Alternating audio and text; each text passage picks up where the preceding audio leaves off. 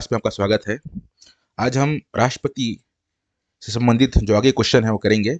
ये राष्ट्रपति का ये पार्ट 2 वीडियो है, जरूर देखिए।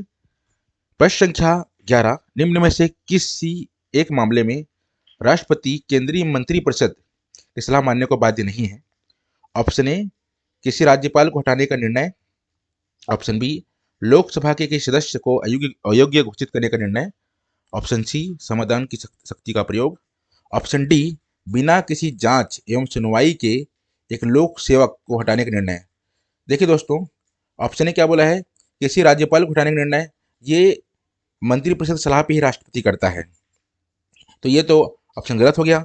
ऑप्शन बी, लोकसभा के किसी सदस्य को अयोग्य घोषित करने का निर्णय।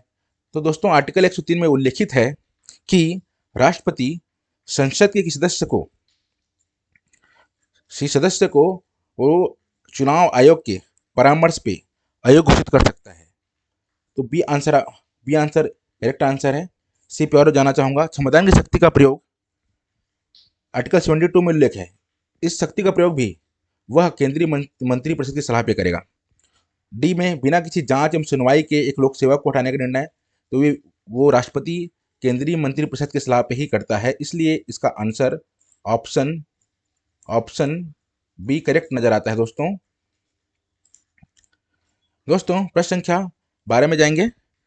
आकस्मिक स्थिति का सामना करने के लिए भारत की आकस्मिक निधि से धन का आवंटन कौन कर सकता है? ऑप्शन ए, संसद। ऑप्शन बी, राष्ट्रपति। ऑप्शन सी, वित्त मंत्री। ऑप्शन डी, प्रधानमंत्री। दोस्तों इसका ऑप्शन होगा ऑप्शन बी, राष्ट्रपति करेक्ट आंसर है। दोस्तों मैं बताना चाहूंगा, आकस्मिक निधि आर्टिकल 267 में उल्लेखित है। इसका जो इस निधि से धन का आवंटन करने का अधिकार राष्ट्रपति को है, परंतु आप एक बात याद रखेंगे, आकस्मिक निधि का जो निर्माण करता है वो संसद करता है, और संसद यह तय करता है कि उस निधि में कितना पैसा होगा, इसलिए इसका आंसर होगा ऑप्शन नंबर बी। दोस्तों प्रश्न संख्या 13 की ओर बढ़ेंगे। देखिए दोस्तों, बोला है ऑप्शन ए, महाभियोग एक न्यायिक प्रक्रिया है, सदन की ऊपरी सदन में ही से ही प्रारंभ किया जा सकता है। 2 है, सेकंड नंबर है, इसके लिए आवश्यक है कि 14 दिन की लिखित सूचना देकर सदन के सदस्य संख्या के कम से कम 1/4 सदस्यों के हस्ताक्षर से युक्त इस असाय को नोटिस प्रस्तुत करना होगा। उपरोक्त कथनों में से कौन सा कथन सत्य है? ऑप्शन ए है केवल 1, ऑप्शन बी है केवल 2, ऑप्शन सी है दोनों 1 एवं 2, ऑप्शन डी है ना ही 1 ना ही 2। देखिए दोस्तों, मैंने पहले ही बताया था कि महाभियोग एक अर्ध न्यायिक प्रक्रिया है। यहाँ क्या लिखा है? न्यायिक प्रक्रिया है, इसलिए ये आंसर गलत होता है। महाभियोग एक अर्ध न्यायिक प्रक्रिया है जो दोनों सदनों में प्रारंभ हो सकता है, इसलिए ऑप्शन एक तो गलत नजर आ रहा है। लेकिन सेकंड जो पॉइंट है इसके लिए आवश्यक है कि 14 दिन की लिखित सूचना राष्ट्रपति को देकर कम से कम 1/4 सदस्यों के हस्ताक्षर से युक्त नोटिस प्रस्तुत करने से ही महाभियोग प्रस्ताव आगे प्रक्रिया में बढ़ेगा। इसलिए ऑप्शन जो सत्य है वो ऑप्शन 2 ही सत्य है। दोस्तों प्रश्न संख्या 14 की ओर बढ़ते हैं।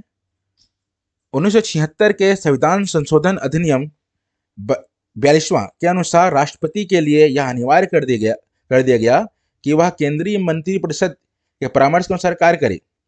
इस उद्देश्य के लिए संविधान के निम्न में से किस अनुच्छेद में संशोधन किया गया है? दोस्तों ऑप्शन ए है आर्टिकल 73, बी है आर्टिकल 74, सी है आर्टिकल 75, डी है आर्टिकल 77। दोस्तों इसका सही आंसर है article 74, B is correct answer.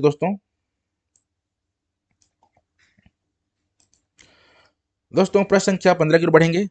Bharat का राष्ट्रपति ऑप्शन ए है संसद का सदस्य हो सकता है, वह संसद का अंग है, 2 अवधियों के लिए चुनाव में खड़ा नहीं हो सकता, संसद के संयुक्त अधिवेशन को संबोधित करता है।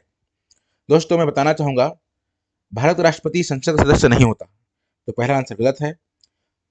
ऑप्शन सी में जाते हैं, वह 2 अवधियों के लिए चुनाव में खड़ा नहीं हो सकता, यह भी आंसर गलत है, क्योंकि आर्टिकल 57 में उल्लेखित है कि राष्ट्रपति पुनः नियुक्ति का पात्र होता है। ऑप्शन डी में जाते हैं दोस्तों, संसद के संयुक्त अधिवेशन को संबोधित करता है। तो आर्टिकल 108 में उल्लेखित किया गया है कि वह संयुक्त अधिवेशन को बुला तो सकता है, परंतु संबोधित करने का अधिकार लोकसभा अध्यक्ष को है। इसलिए भारत का राष्ट्रपति, ऑप्शन बी, कि वह संसद का एक अंग होता है। यह करेक्ट आंसर दोस्तों। संसद के 3 अंग है जो है लोकसभा, राज्यसभा और राष्ट्रपति, इसलिए ऑप्शन बी करेक्ट होगा दोस्तों। दोस्तों प्रश्न संख्या 16 की ओर बढ़ेंगे हम। ये कथन और कारण क्वेश्चन है दोस्तों। कथन है, भारत के राष्ट्रपति के दोषी व्यक्ति को दंड को क्षमा, उसका परिविलंबन, लघुकरण, विराम या परिहार करने की शक्ति प्राप्त है। कारण है, भारत का राष्ट्रपति न केवल कार्यपालिका कार्यकर्ता होता है, बल्कि वह न्यायिक एवं विधायी कार्य का भी प्रश्न करता है। यह है ए और आर दोनों सत्य हैं, आर ए की सही व्याख्या करता है। बी है ए और आर दोनों सत्य हैं लेकिन आर ए की सही व्याख्या नहीं है। सी है ए सत्य है लेकिन आर सत्य है। डी है ए सत्य है लेकिन आर भी सत्य है। देखिए दोस्तों, मैंने पहले ही बताया था कि आर्टिकल 72 में राष्ट्रपति की क्षमादान शक्ति है और क्षमादान शक्ति के तहत उसे लघुकरण, विराम, परिहार, परिवलन की शक्ति प्राप्त है। इसलिए यह एक न्यायिक शक्ति है। तो ऑप्शन कथन तो सही नजर आ रहा है, कारण भी, क्योंकि कारण भारत का राष्ट्रपति कार्यपालिका का कार्यकर्ता तो होता है और ये सारी शक्तियां जो समाधान शक्तियां उसे न्यायिक शक्ति भी प्रदान करती हैं।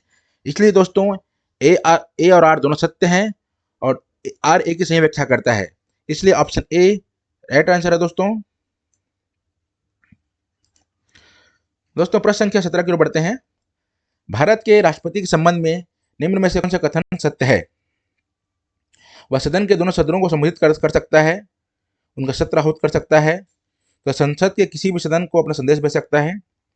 बी है, वह सदन के दोनों सदनों का सत्र आहूत कर सकता है लेकिन सदन के किसी सदन में अपना संदेश नहीं भेज सकता। वह संसद के किसी भी सदन को अपना संदेश भेज सकता है लेकिन सदन के सदनों का सत्र आहूत नहीं कर सकता। डी ऑप्शन है, ना ही वह संसद के किसी सदन में अपना संदेश भेज सकता है और ना ही सदन के सत्र आहूत कर सकता है। दोस्तों ऑप्शन ए इज करेक्ट है, वह सदन के दोनों सदनों को संबोधित कर सकता है, उनका सत्र आहूत भी कर सकता है और सदन में किसी सदन में संदेश भेज भी सकता है, इसलिए ऑप्शन ए करेक्ट आंसर है दोस्तों।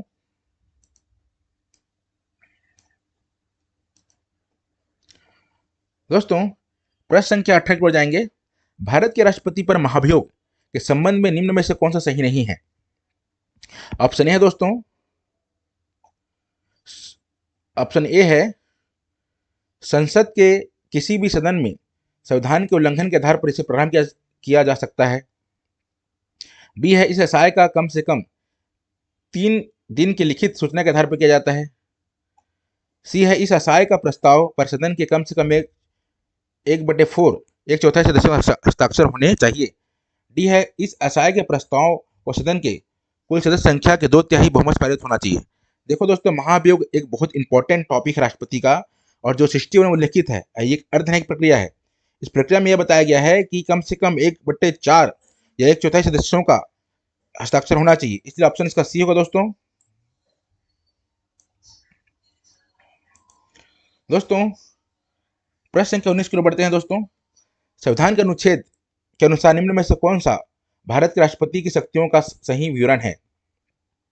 पहला ऑप्शन है दोस्तों, यदि किसी राज्य का मुख्यमंत्री विधानसभा में बहुमत होने के बावजूद भी संविधान के अनुरूप शासन नहीं चला पा रहा है तो वह राष्ट्रपति वहां आपातकाल लागू कर सकता है।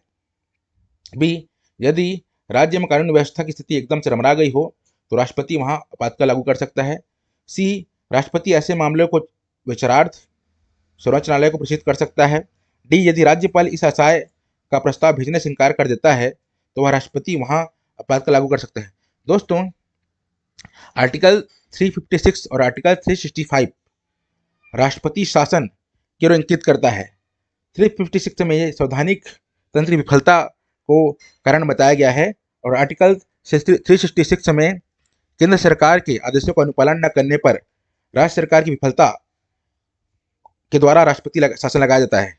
अर्थात देखिए दोस्तों, ऑप्शन ए, यदि किसी राज्य के मुख्यमंत्री विधानसभा में बहुत होने के बावजूद भी संविधान के अनुसार शासन नहीं चला पा रहे हैं तो वह राष्ट्रपति वहां आपातकाल लागू कर सकता है। दोस्तों ये करेक्ट आंसर है, ये 356 को इंगित करता है। एज करेक्ट आंसर दोस्तों।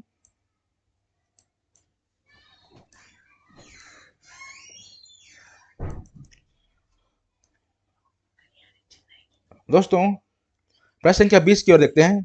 सदन के संसद के सदन के कुल सदस्य संख्या के 2/3 बहुमत से प्रस्ताव पारित करने का नियम निम्न में से किस पर लागू होता है? ऑप्शन है संविधान में संशोधन, ऑप्शन बी आपातकाल की घोषणा, सी राष्ट्रपति पर महाभियोग, और आपातकाल को स्वीकार करने की घोषणा। दोस्तों मैं पहले ही बता चुका हूं कि महाभियोग पे ये 2/3 बहुमत का प्रस्ताव पारित करने का निर्णय लागू होता है, इसलिए ऑप्शन नंबर सी सही है। दोस्तों आज का क्लास यहीं हम समाप्त करते हैं। मुझे लगता है कि आपको मेरी क्लास अच्छी लगी होगी, इसलिए सब्सक्राइब और लाइक अच्छे से करें। दोस्तों धन्यवाद।